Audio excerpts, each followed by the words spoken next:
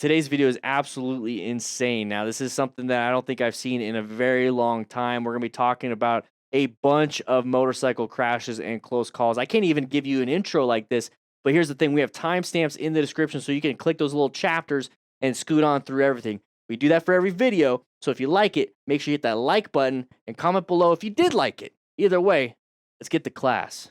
All right, so we're moving on here. Always wheelie. We're riding with a friend. And whoa!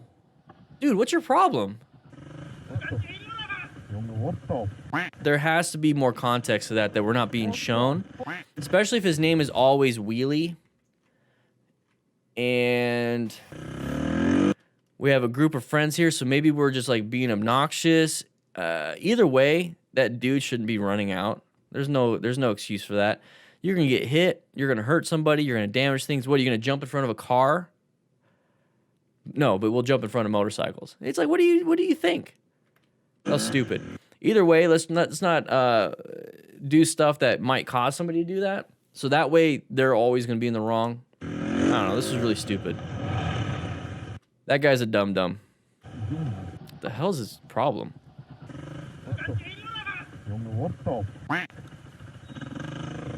That was dumb. All right, so we're getting into here.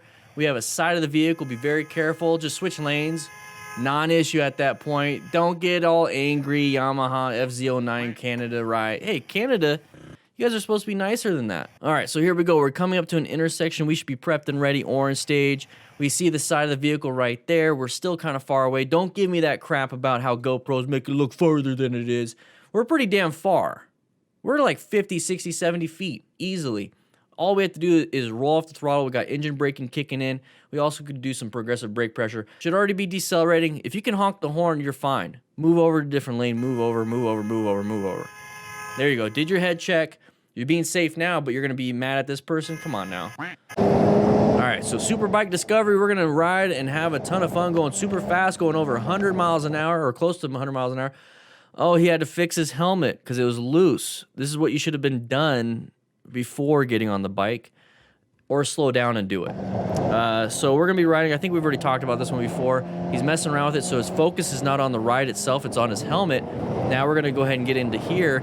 We lost our buddy, so we're gonna try to catch up. You notice how he's going 150 instead of 99, and now we couldn't anticipate the turn and do a good job with our advanced skills. Now we've already talked about this one. This one was an actual very bad incident. A helicopter came in, so if you want to check it out, link will be in the description when the video comes up. Yeah, right, man. His shoulder was destroyed, I need to do and his chest starts getting worse.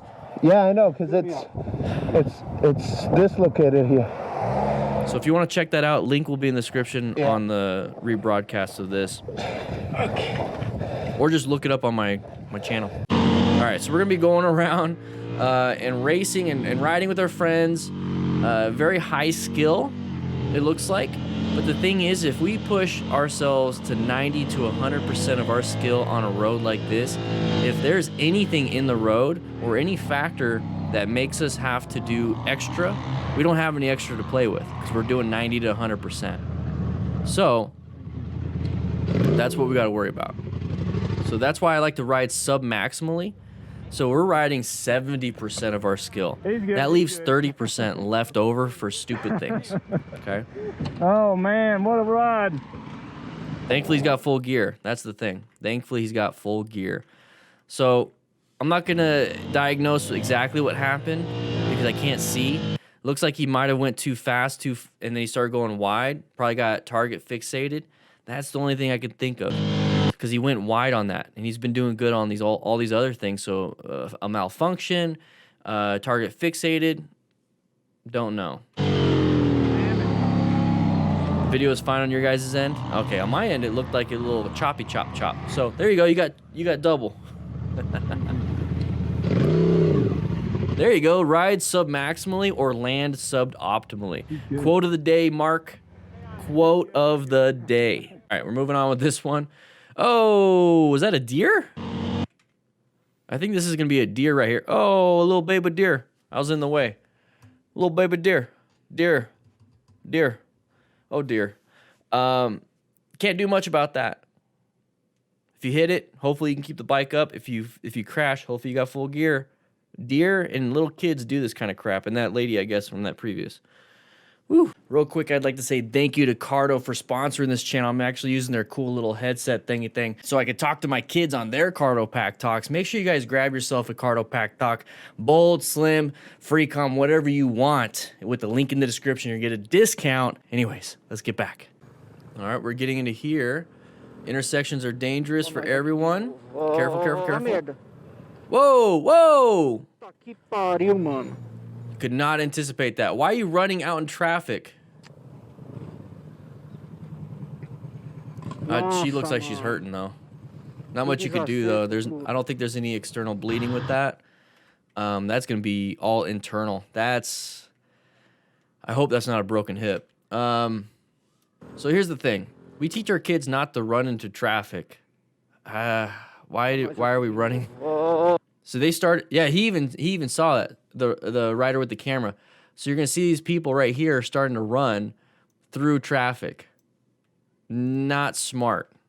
Not smart. And it sucks that it took out a motorcycle rider. Either way, not much you could do about that. So if we're the motorcycle rider, hopefully we have full gear. Nothing you can do about the pedestrian. It's their emergency at that point. It's their fault, their emergency. If they get hurt, help them out if you can. If you can't, take care of yourself first. Yoink. And got hurt. So I'm concerned about his left leg. I just don't like seeing people hurt. Let's just skip that. All right, so we're riding through here. Terrible road surface, very sharp turn. You see the chevrons? Good job slowing down. Good job, good job. See, imagine going this fast. You would have went off already. Ooh, uncommon thing in a common situation. Situationally where? Are you going to adapt? Great adaptation. That's all that matters. She's like, I'm not looking at you. Great adaptation. Is that it? All right. So imagine going through this turn. Imagine going through this turn at 60. Okay. So the cool thing is he did some slow look press. I say he, but I mean the rider. The rider did slow look press and roll. Slowed down before the turn. It was a decreasing radius. It was a full, almost like a one. Yeah. No, not 180. Yeah, 180.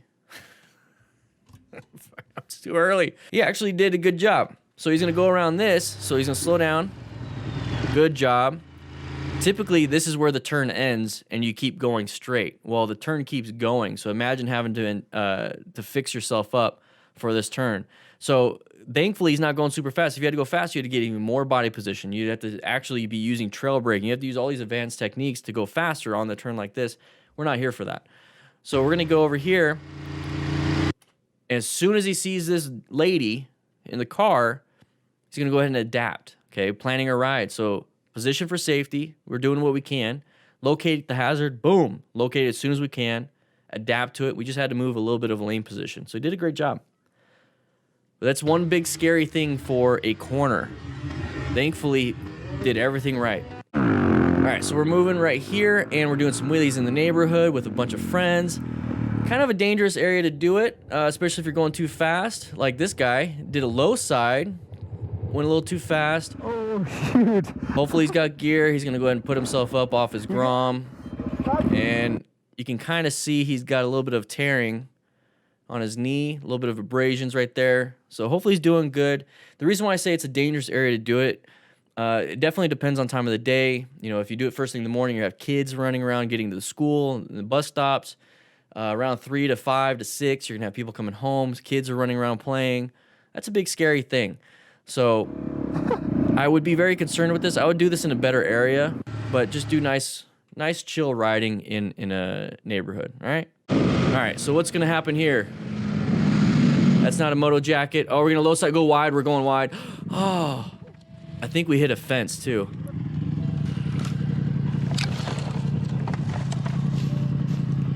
Hopefully she's doing okay. There you go. Good lifting. She knows how to lift. Is it? I don't know. Either way, the rider knows how to lift. Oh, we got another view. Okay. Just too wide. Was that a barbed wire fence?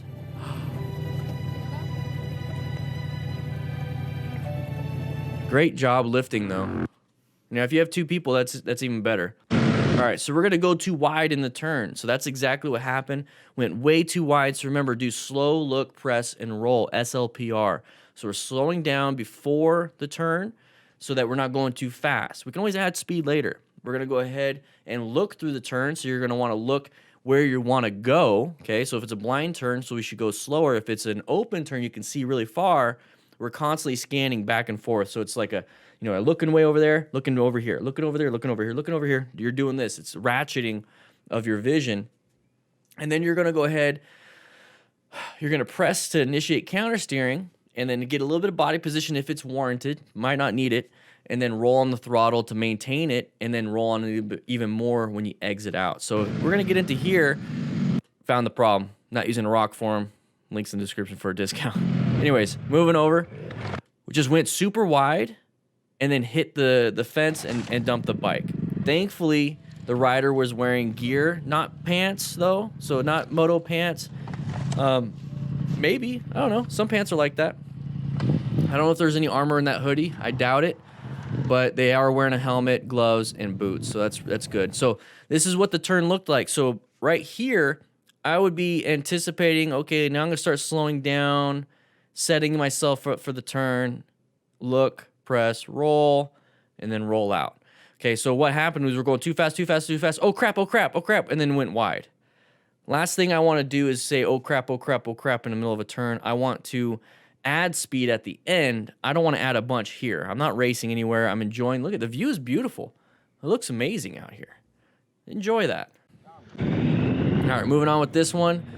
And we got side of the vehicle right there coming up. Oh, I didn't see that one. Great adaptation last second. You couldn't really do much with that one because of the line of sight problem. So we're coming in. Now, this is one of those things I guess you're going to have to start looking out for. I mean, I talk about all these vehicles and line of sight problems, anybody want to come in our lane, but I couldn't tell with what we had where this really is. So I don't know if it was an intersection. It looks like we're getting on like the interstate, so I didn't really anticipate this. Anyways, pay attention to this part right here. Let's go ahead and get me smaller. You can kind of see the side of the vehicle right there, but you're looking through the turn. You're not really anticipating that. So here's the thing. You practice, practice, practice, practice, so your habit, your automaticity kicks in to where you do the right thing. You're gonna go into red stage, okay? You got a red stage maneuver, action time. You're actively engaged in emergency response without a panic. So this is a great red stage maneuver. So he actually navigated this threat. As soon as he saw it, good swerve, and amazing. He didn't rev bomb, he didn't honk the horn. He's like, I can get myself out of here. So he planned his ride really well. He navigated the threat that he located. Great swerve, he found the escape path. Hopefully this person's gonna stop, which it looks like they did, or gotten through the lane. Okay, cool. Now here's the thing. I don't want this dumb behind me. But you go ahead and go. I'll watch how dumb you do. I don't want you dumb behind me in case you accelerate into me.